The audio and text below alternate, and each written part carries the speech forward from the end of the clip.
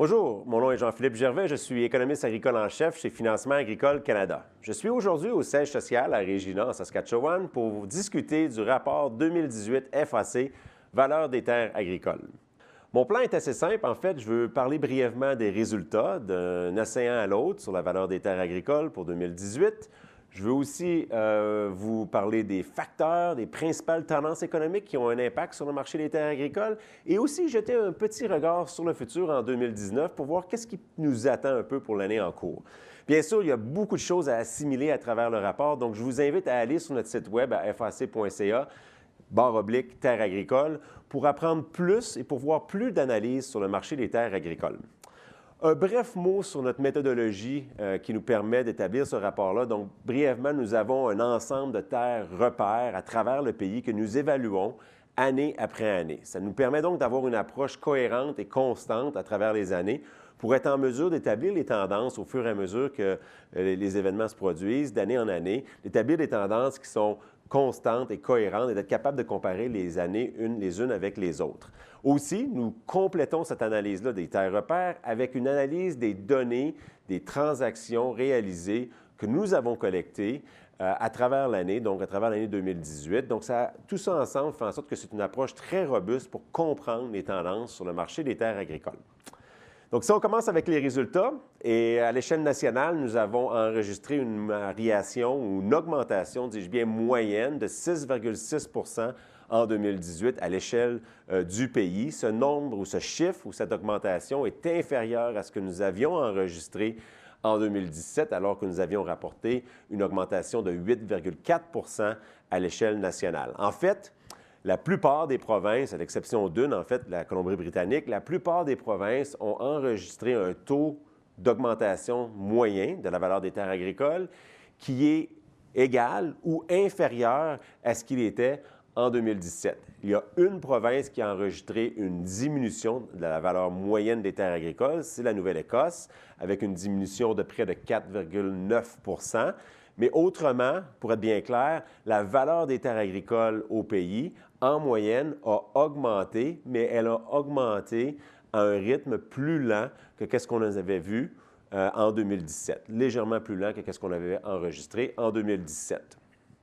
Si on se promène à travers le pays et qu'on commence avec, par exemple, le centre du Canada, Québec, Ontario, et ainsi qu'une partie des prairies au Manitoba, on voit qu'il y a beaucoup de variations à travers les régions d'une province. Donc, je pense que la première leçon à retenir de cet exercice, c'est de ne pas appliquer l'augmentation moyenne que l'on rapporte pour une province à travers la province complètement. Il y a certaines variations à travers les différentes régions d'une province. En fait, nous avons 51 régions à travers le pays, dont les résultats sont disponibles. Et même à l'intérieur d'une région, je dirais qu'il y a une certaine variation. Donc, il faut être prudent de ne pas appliquer une moyenne les yeux fermés à travers la province pour comprendre comment les tendances évoluent sur le marché des terres.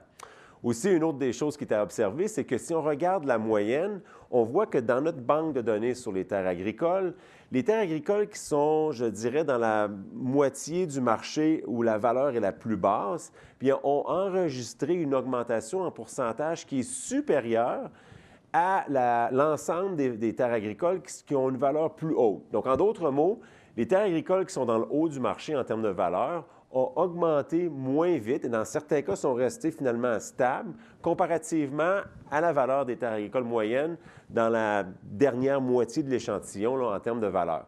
Donc, il faut comprendre que le pourcentage que l'on rapporte ne s'applique pas à toutes les terres agricoles qui sont sur le marché.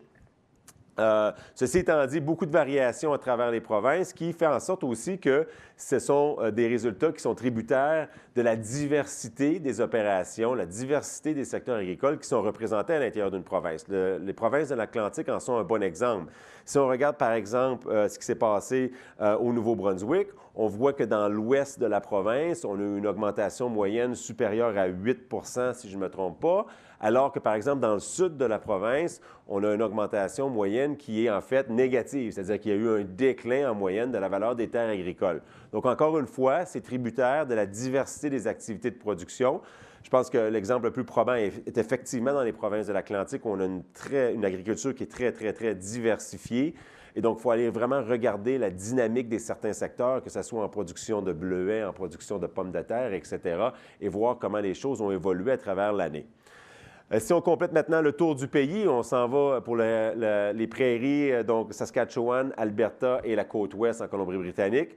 On voit encore une grande diversité à travers la valeur des terres agricoles. Si on regarde par exemple dans le sud de l'Alberta, une demande très, très forte pour les terres qui sont en irrigation, donc une augmentation supérieure à 10 en moyenne pour la valeur des terres dans le sud de la province, alors que pour le reste de la province, les augmentations ont été beaucoup moindres que pour le sud de la province. Encore une fois, contexte est important pour comprendre les tendances sur le marché des terres agricoles. En fait, dans les 51 régions que l'on rapporte, on voit qu'on a presque 20 de ces régions-là qui n'ont pas enregistré d'augmentation ou qui ont enregistré une très faible augmentation. Donc, pour 20 presque 20 des régions, on ne voit pratiquement pas d'augmentation de la valeur des terres agricoles. De l'autre côté, on voit qu'il y a 8 régions, sur les 51 régions que l'on a dans notre rapport, qui ont enregistré une augmentation significative supérieure à 10 Donc, beaucoup de variabilité. Souvent, il faut regarder les données que l'on a pour une année comme celle de 2018 et les mettre en relief avec les années précédentes, donc 2017, 2016, pour voir comment les choses ont évolué. Le marché des terres n'est pas un marché très liquide, donc ça prend un certain temps des fois pour voir un certain ajustement. Et donc, le mettre sur une plus longue période aide aussi à comprendre les tendances. Si maintenant on fait le survol des facteurs économiques qui sont à surveiller, qui ont le plus d'importance sur le marché des terres agricoles, bien, je dirais qu'en premier lieu, le revenu agricole est le facteur numéro 1 à surveiller. Si on regarde le revenu dans le secteur végétal au Québec, on voit qu'il y a eu une augmentation assez appréciable. Si on part de 2007 jusqu'à 2016, on peut parler d'une augmentation moyenne annuelle, donc année après année, de 150 millions de dollars en revenus bruts pour le secteur végétal. Donc, une augmentation qu'on n'avait jamais vue auparavant. Et maintenant, depuis 2016, on voit une certaine stagnation. Il faut faire attention, par exemple, au Québec, encore une fois, dans le secteur végétal, on a la production de sirop d'érable, par exemple, qui a connu une année plus difficile en 2018. Donc, ça ne veut pas dire que ce sont les grandes cultures, par exemple, qui vont avoir été le plus affectées par une diminution du revenu.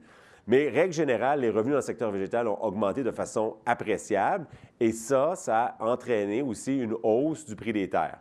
Donc, pour comprendre comment le prix des terres évolue en fonction du revenu, on peut calculer un ratio, qui est prendre le prix moyen des terres agricoles, par exemple au Québec dans ce cas-ci, prendre les rendements, prendre une rotation, par exemple, en grande culture qui est maïs, soya, prendre les rendements moyens, les prix moyens et comparer le prix des terres moyens ou le prix moyen des terres avec le revenu agricole moyen en grande culture au Québec et regarder comment ce ratio-là a évolué dans les 15 dernières années. Et on voit que lorsque le revenu a commencé à augmenter en 2007, aux environs de 2007, on voit que le ratio prix des terres revenus était en bas de la moyenne sur 15 ans, qui est représenté à l'écran, ce que vous voyez, la ligne rouge pointillée. On voit que ce ratio-là était en bas de la moyenne et alors que le revenu continue d'augmenter, le prix des terres, lui, a commencé à augmenter un petit peu plus vite. Et on voit que ces augmentations de la valeur des terres agricoles, ces augmentations-là moyennes, ont entraîné ce ratio-là à la hausse. Et si on regarde à l'extrême droite de l'écran maintenant, on voit que ce ratio-là, en 2018, est plus élevé que la moyenne des 15 dernières années. Est-ce que c'est un problématique ou est-ce que c'est un problème pour le marché des terres agricoles? Peut-être pas. C'est certainement un enjeu à surveiller parce qu'il y a d'autres facteurs qui ont un impact sur la valeur des terres agricoles et j'y reviendrai dans quelques instants. Simplement pour prendre en comparaison une autre province, si on regarde la Saskatchewan qui a enregistré une croissance à différentes échelles, mais un peu le même genre de croissance que l'on a observé au Québec, on voit une croissance très appréciable de 2007 à 2016. Et donc, on a enregistré une croissance significative des revenus dans le secteur végétal. Et si on regarde maintenant le ratio pour la Saskatchewan, on voit encore que ce ratio-là, lui, a fait un peu la même tendance. Les chiffres sont différents. On ne veut pas comparer une province à une autre pour les chiffres, mais l'histoire, la tendance est similaire. On voit ce ratio-là, qui est la ligne bleue, augmenter, être en bas de la moyenne autour des années 2007, 2008, 2009, et après augmenter de façon significative au-dessus de la moyenne présentement en 2018, qui est à l'extrême droite du graphique. À quoi peut-on s'attendre pour 2019? Mais il y a plusieurs facteurs à surveiller. Le premier facteur j'aimerais mettre en évidence, c'est bien sûr relié aux revenus agricoles. Et pour moi, c'est l'accès au marché. On a certaines tensions présentement sur le marché avec l'accès au marché du canola au Canada, en Chine, avec nos exportations de légumineuses vers l'Inde, avec nos exportations de blé dur vers l'Italie. Donc, tout ça fait en sorte que ça soulève certaines questions à propos de l'accès au marché que les produits canadiens vont avoir en 2019 et probablement aussi du revenu agricole qui va en découler lorsqu'on aura comptabilisé les chiffres pour 2019. Donc, pour moi, c'est important de regarder, de surveiller ce qui est l'évolution des tendances sur le marché, de l'accès au marché des exportations canadiennes de produits végétaux, en particulier des grandes cultures, et de regarder comment ces choses-là vont évoluer. Il y a aussi certains enjeux dont le Canada ne fait pas partie. Par exemple, si on pense à les tensions commerciales qui existent entre les États-Unis et la Chine. Donc, si on en venait à une résolution de ces tensions-là, probablement que cela pourrait venir augmenter le prix de certains biens qui sont produits, le prix que les producteurs canadiens reçoivent sur les marchés. Un deuxième facteur après le revenu agricole, et ce sont les taux d'intérêt. Les taux d'intérêt ont été en pente, ont diminué, en fait, devrais-je dire, depuis un bon nombre d'années. En fait, en 2017, au printemps 2017, c'est là qu'on a vu que les coûts d'emprunt moyens au Canada ont été au plus bas, dis-je bien, niveau historique. Et après, on a vu la Banque du Canada procéder à une augmentation des taux d'intérêt, en fait 5 hausses de taux dans les 18-20 derniers mois, qui ont poussé à la hausse les coûts d'emprunt. Mais ces coûts d'emprunt-là restent, somme toute, du point de vue historique, si on était capable de reculer plus que 2013, restent historiquement très bas. Et ça explique aussi pourquoi on en arrive à une valorisation de la terre agricole par rapport aux revenus qui est plus élevée que la moyenne, comme aux diapositives précédentes ou comme je l'illustrais pour le Québec et la Saskatchewan, par exemple. Donc, à ce niveau-là, dans le contexte actuel de bas taux d'intérêt, une valorisation des terres qui est supérieure à la moyenne par rapport aux revenus n'est pas nécessairement si problématique tant que les taux d'intérêt restent bas. En fait, si on regarde les perspectives pour les taux d'intérêt en 2019, on voit que la Banque du Canada va probablement laisser son taux d'intérêt où il est présentement.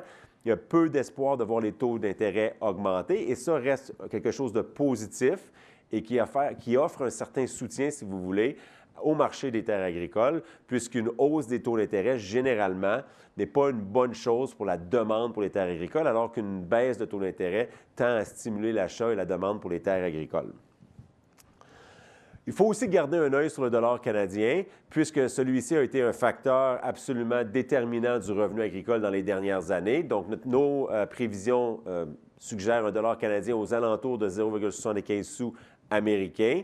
Donc, ce qui est qui supporte, si vous voulez, le revenu agricole, supporte les prix des grandes cultures qui sont, pour la plupart, en priorité déterminés sur le marché américain lorsqu'on traduit ou on convertit ces prix-là en dollars canadiens, mais de le faire à un taux de change autour de 75 sous n'est pas une mauvaise chose. Si le taux de change en venait qu'à augmenter de 75 à 76 vers 80, ça pourrait mettre un peu de pression sur les marges de profit dans le secteur des grandes cultures et avoir aussi un impact sur la demande pour les terres agricoles.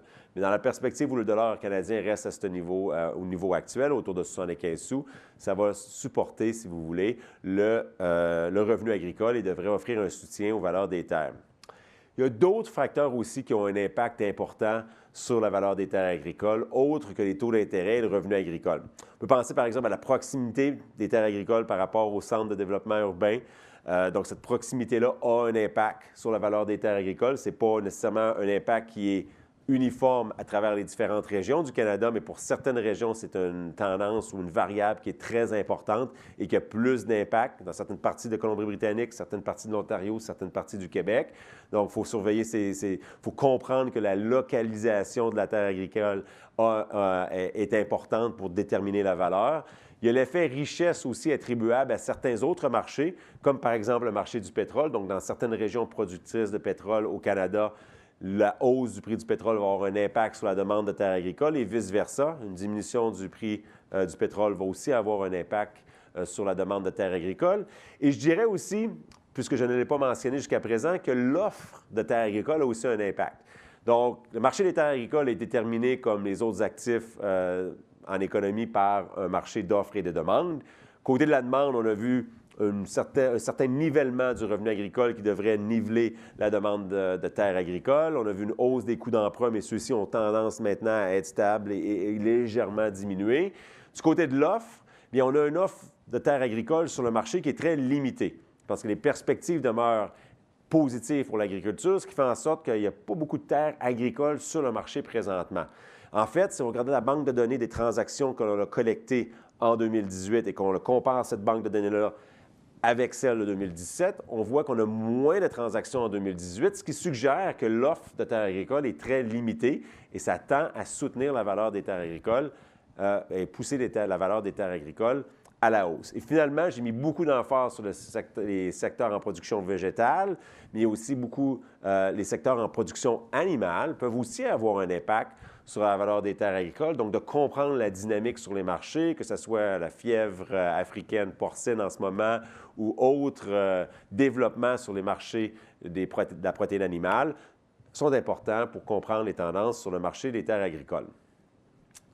Chose à retenir pour moi qui est primordiale, c'est que les perspectives dans le secteur agricole à plus long terme demeurent absolument positives. Et la raison est que la demande fondamentale pour les commodités agricoles canadiennes reste très forte. À court terme, il y a certains enjeux liés à l'accès au marché qui offrent un certain vent contraire, si vous voulez, à l'élan qu'on avait depuis plusieurs années maintenant. On peut remonter jusqu'au milieu des années 2000. On a eu une croissance exceptionnelle dans l'industrie. On devrait observer encore de la croissance dans l'industrie, mais il suffit peut-être de réajuster certaines attentes par rapport à ce que les prochaines années vont amener. À court terme, certains enjeux liés à l'accès au marché qui offrent un vent contraire et qui peuvent peut-être ralentir la croissance. Et je pense opportun de s'attendre à ce que la valeur des terres agricoles, peut-être les augmentations qu'on a connues dans les dernières années ne soient pas répétées dans les prochaines années. Mais à long terme, les perspectives en termes de demande alimentaire, la croissance de la consommation alimentaire et l'opportunité que le Canada a à pouvoir rencontrer cette hausse de la demande-là fait en sorte que je reste très positif par rapport aux perspectives. Par contre, d'un autre côté, le vent contraire peut amener plus de volatilité, ce qui veut dire peut-être gestion des risques. Je suggère que, par exemple, pendant tout le mois de mars, nous avons sur notre site web, fac.ca, Économie agricole, regardé ou proposer certains outils, certains ratios financiers qui permettent aux entreprises de mieux gérer le risque financier. Et je dirais aussi que j'ajouterais que le risque lié à la production, le risque lié à la mise en marché sont aussi à considérer. Donc, je pense que pour les entreprises, une des solutions, des actions possibles face à l'incertitude qui entoure l'accès au marché et la volatilité peut-être liée au prix, c'est de regarder notre stratégie de gestion des risques, est-ce qu'elle est encore appropriée étant donné l'environnement économique actuel. Je vous invite donc à aller visiter notre site web, fac.ca/terres agricoles, pour en savoir plus, en apprendre plus sur les résultats de notre rapport 2018, valeur des terres agricoles. Merci.